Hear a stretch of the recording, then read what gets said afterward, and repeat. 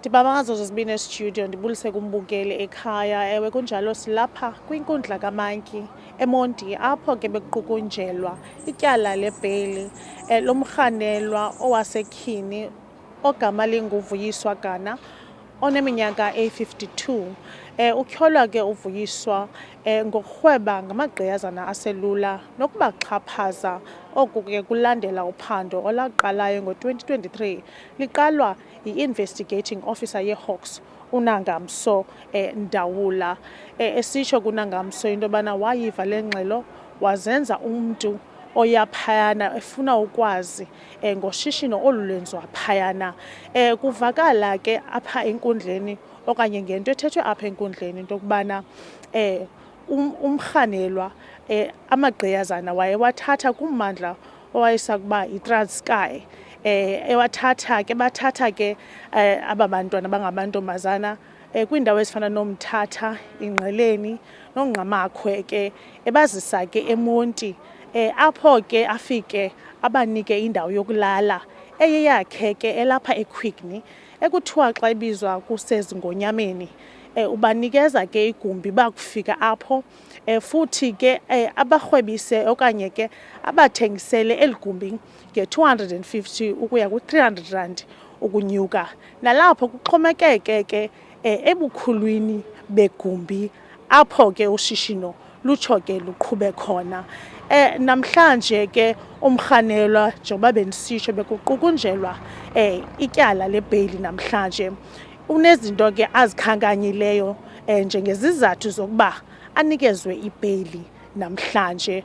Utshilo ke ngokwengxelo ke ayinikezileyo phambi kwenkundla ayifumeneyo ke kugqirha wakhe echazayo into yokubana akaphilanga ngokwempilo, unezigulo eziyi-6, esitsho ke into yokubana ezi zigulo zithandathu zidinga ingcaphephe, into ekuthiwa si-special attention.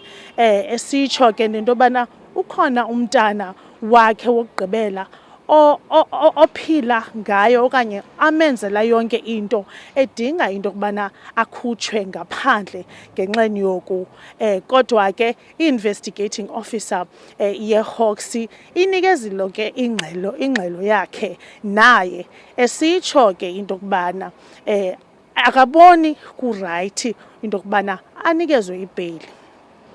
Ekhankanya ke izizathu ezifana nento yokubana umrhanelwa okanye ummangalelwa angathi abe nobungozi ke kumaxhoba angaphandle, ngoba ngokwengxelo eyenziweyo yobungqina obunikeziweyo kumangqina okanye ngamangqina, besithi amangqina into yokuba umama lona okuthiwa nguMamzo xa bembiza ebengumntu ke okhe ababethe ke nasesiqwini okanye ebaxhaphaza.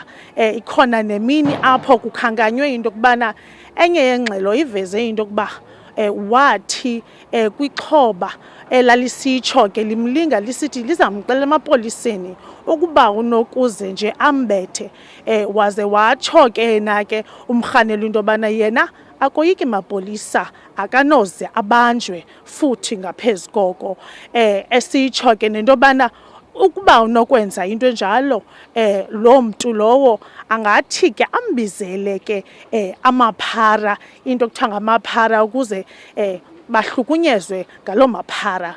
Enye into ke ithe yavela apha kukudana kakhulu ke kweSebe lezeMfundo, lusitsho into yobana ludanile kakhulu sesi senzo salosekela nqununu. Sikhumbule ke into yokuba owasetyhini kwanguye nosekela nqununu wesikolo samabanga aphantsi iSnomonde esise-Orange Grove. Kusitshiwo ke into yokubana namanye wamaxhoba akhe uwathatha khona esikolweni. ISebe lezeMfundo livakalise ukuphoxakala kakhulu, lisitsho into yokubana ukuba kunokwenzeka afunyanwe umrhanelwa enetyala, kunganyanzeleka into yoba igama lakhe lifakwe kwirejista yabophulimthetho ngokwesondo, nto leyo inothi ikhokhelele ke into yokubana angaze aphinde akwazi usebenza eMzantsi Afrika. Utshilo ke naye xa iqukumbela uJaji Luthando Skritt, esitsho uLuthando Skritt into yokubana akakuboni into yokubana umama okanye umrhanelwa ufanelekile ukufumana ibheyili namhlanje.